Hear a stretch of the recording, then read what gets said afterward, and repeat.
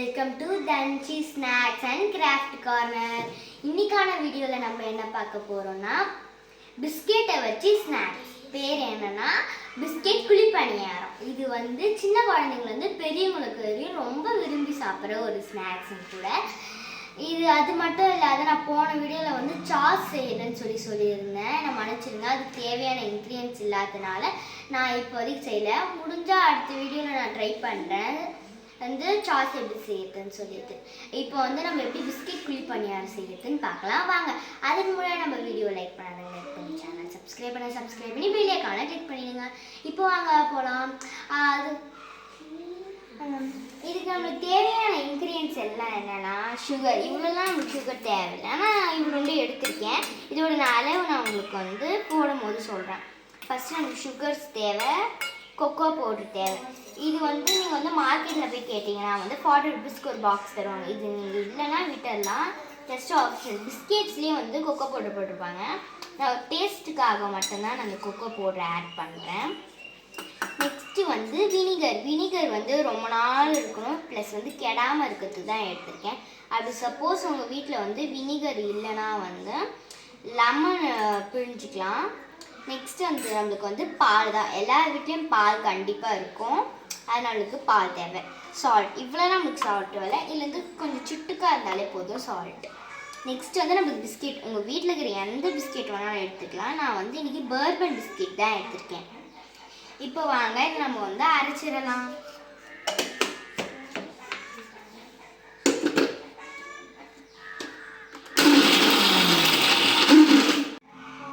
இப்போ நம்ம வந்து அரைச்சிட்டோம். இப்போ நம்ம எடுத்துடலாம். நம்மளோட அரைச்சது ரொம்ப நல்லா கிறிஸ்பியாக வந்துருக்கு பாருங்கள், சூப்பராக இருக்குல்ல. இந்த மாதிரி வந்து நல்லா பொடிசாக வந்து நம்ம வந்து அரைச்சி எடுத்துக்கணும். சைடில் மட்டும் கொஞ்சம் வந்து அந்த பிஸ்கெட் க்ரீம்ஸ் மட்டும் எடுத்துடலாம்.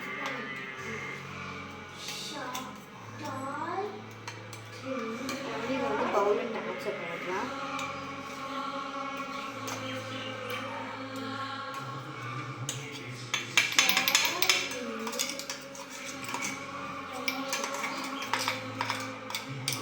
அது மட்டும் இல்லாத நான் வந்து போன வீடியோ போட்டிருந்தேன், யாருமே வந்து லைக்கும் சப்ஸ்கிரைப்பும் போடலை. எனக்கு 25 மேலே லைக் தாண்டலை, சப்ஸ்கிரைப்பும் வந்து 20க்கு மேலே தாண்டலை. ப்ளீஸ் சப்ஸ்கிரைப் பண்ணுங்கள். நான் போகிற வீடியோஸ்லாம் வந்து நான் நிறைய டிப்ஸும் சொல்லலாம்னு இருக்கேன்.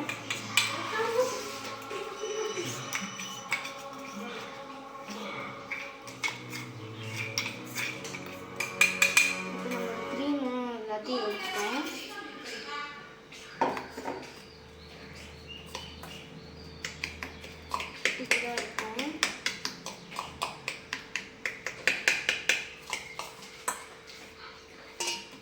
இதை நம்ம நல்லா மிக்ஸும் பண்ணிட்டோம்.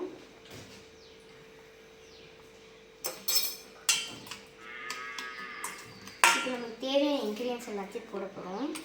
சுகரில் வந்து நம்மளுக்கு ஒரு 2 ஸ்பூன் போட்டால் போதும், 2 அல்லது 3 ஸ்பூன். பிஸ்கெட்டே நிறைய சுகர்ஸ்லாம் போட்டிருப்பாங்க, அதனால் நம்மளுக்கு வந்து அவ்வளோவா போட வேணாம்னு இல்லை. ஆனால் நம்ம வந்து இதை பேக்லாம் பண்ண போகிறதுனால கொஞ்சம் அதிகமாகவே நம்மளுக்கு சுகர்ஸ் தேவைப்படும். நான் இன்றைக்கி 4 ஸ்பூன்ஸ் அளவுக்கு சுகர் எடுத்துருக்கேன். நீங்கள் பவுடர் சுகர் கூட எடுத்துக்கலாம். இதை நல்லா வந்து ஒரு விஸ்க் வச்சு நல்லா கலந்து எடுத்துக்காங்க. இப்போ நம்மளோட கொக்கோ பவுடர் இது வந்து ஒரு 1/2 டீஸ்பூன் அளவுக்கு போட்டாலே போதும், நல்லா பிஸ்கெட்லேயே எடுத்துக்கணும். இப்போ நல்லா மிக்ஸ் பண்ணிக்கலாம்.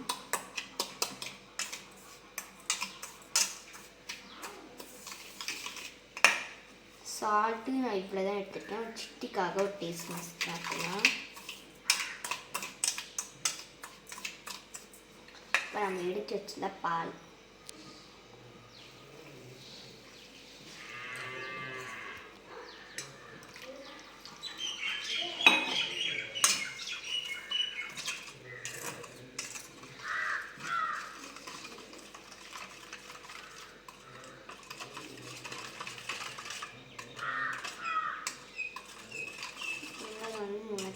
காய்ஸ். இப்போ நம்ம வந்து நல்லா மிக்ஸ் பண்ணிட்டு, எனக்கு கொஞ்சம் மன்னிச்சிருங்க, நான் இந்த இன்க்ரீடியன்ட் மட்டும் ஆட் பண்ண மாட்டேன். கோதுமை தான் கொஞ்சமாக வந்து ஆட் பண்ணிக்கலாம், ஒரு 2 டீஸ்பூன்ஸ் அளவுக்கு. சப்போஸ் உங்களுக்கு பால் அதிகமாகிடுச்சுன்னா கூட இதை ஆட் பண்ணிக்கலாம். இது 2 ஸ்பூனே உங்களுக்கு நல்ல ஒரு க்ரீம் டெக்ஸ்சர் தரும். இப்போ வந்து கட்டிகள் இல்லாமல் நல்லா பிசைஞ்சுக்கணும். கட்டி இல்லாமல் நல்லா பிசைஞ்சிக்கலாம்.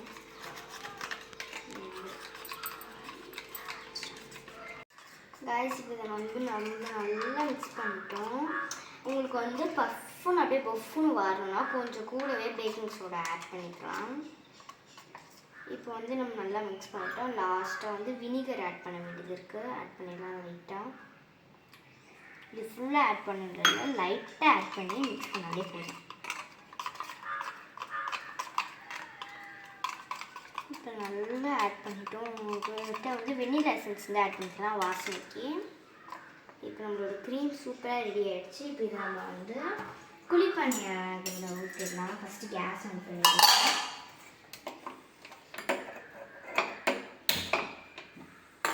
கேஸ் ஆன் பண்ணி வந்து ஆயில் ஸ்ப்ரெட் பண்ணி விட்டுக்கலாம். வேணால் பட்டர் கூட ஆட் பண்ணிக்கலாம்.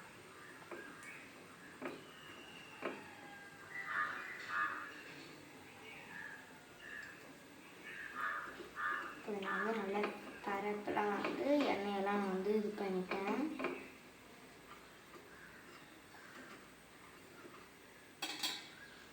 இப்போ வந்து இது நல்லா சூடாகட்டும். அது வரைக்கும் நம்ம வெயிட் பண்ணலாம். கைஸ் இப்போ நம்மளோட வந்து கல் வந்து நல்லா சூடாகிடுச்சு. இந்த கன்சிஸ்டன்சியில் நம்ம வந்து மாவை போட்டுக்கலாம். மாவு எப்படி இருக்குன்னு நான் சொல்லிட்டேன். இதோ இப்படி தான் இருக்கணும். இப்படி இருந்தால் தான் நல்லாயிருக்கும். நம்ம மாவு எடுத்து பொறுமையாக ஊற்றிக்கலாம். இந்த அளவுக்கு ஊற்றினாலே போதும்.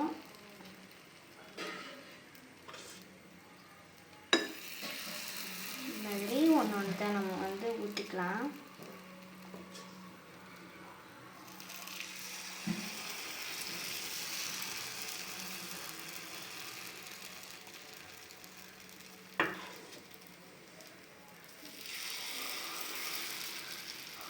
வேணா நீங்கள் வந்து இட்லி செய்கிற இடத்துல கடையில் வந்து இது பண்ணிக்கலாம். எனக்கு கொஞ்சம் குட்டியாக அந்த அழகாக இருக்கும் அப்படின்னு சொல்லிட்டு நான் இந்த மாதிரி வந்து நல்லா ஊற்றிட்டோம். இப்போ வந்து மீடியம் அல்லது ஹை ஃப்ளேமில் வச்சு ஒரு 5 மினிட்ஸ்க்கு வந்து இதை நம்ம நல்லா குக் பண்ணிக்கலாம். கைஸ் இப்போ வந்து இதெல்லாம் குலுக்காய் இருக்கான்னு பார்க்கலாம் வாங்க. குக்காய் இருக்குது. நம்ம வந்து டூத் பிக் வச்சு குத்தி பார்க்கலாம். குத்தி பார்த்ததில் நல்லா வந்திருக்கு. ஆனால் நல்லா இருக்குது. இந்த மாதிரி எல்லாத்தையும் நான் குத்தி பார்த்தேன்.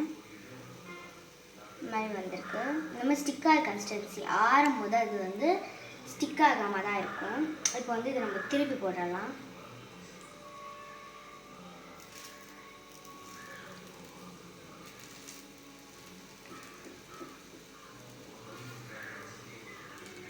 வந்து முன்னாடி இது பண்ணுறதுக்கு முன்னாடி நிறைய எண்ணெய் ஊற்றணும். அப்போ தான் அது வந்து கீழே வந்து ஒட்டாமல் சூப்பராக வரும். இந்த மாதிரி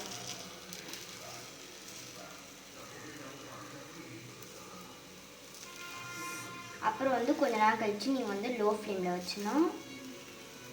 கூடவே வேணால் நீங்கள் வந்து ரவையும் ஆட் பண்ணிக்கலாம்.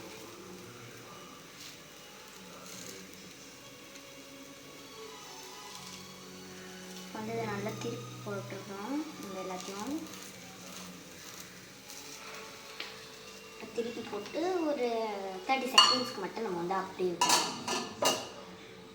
கைஸ் இப்போ 30 செகண்ட்ஸ் ஆகிடுச்சு. இப்போ நம்ம திறந்து பார்க்கலாம். சூப்பராக இருக்குது. இப்போ வந்து இதை வந்து டேரெக்டாக எடுத்து பிளேட்டுக்கு ட்ரான்ஸ்ஃபர் பண்ணிடலாம். இதனால் சூப்பராக கிறிஸ்பியாக வந்துருக்கு பாருங்கள்.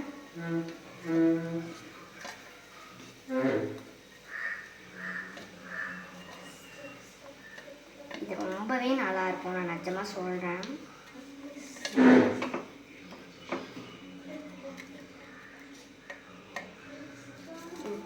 வித்தின செகண்ட்ஸ் கூட இதை செஞ்சிடலாம். இது ஒரு 5 மினிட்ஸ் செஞ்ச ஸ்நாக்ஸ் ரெடி ஆகிடுச்சு. இது வந்து ஒரு பவுலுக்கு ட்ரான்ஸ்ஃபர் பண்ணிடலாம். அதான் ஒரு டேஸ்டியான ஸ்நாக்ஸ் ரெடி ஆகிடுச்சு. வேணும்னா இது கூட வந்து கொக்கோ பவுடர் மேலே சர்க்கரை அந்த மிளகு விட்டுக்கலாம்.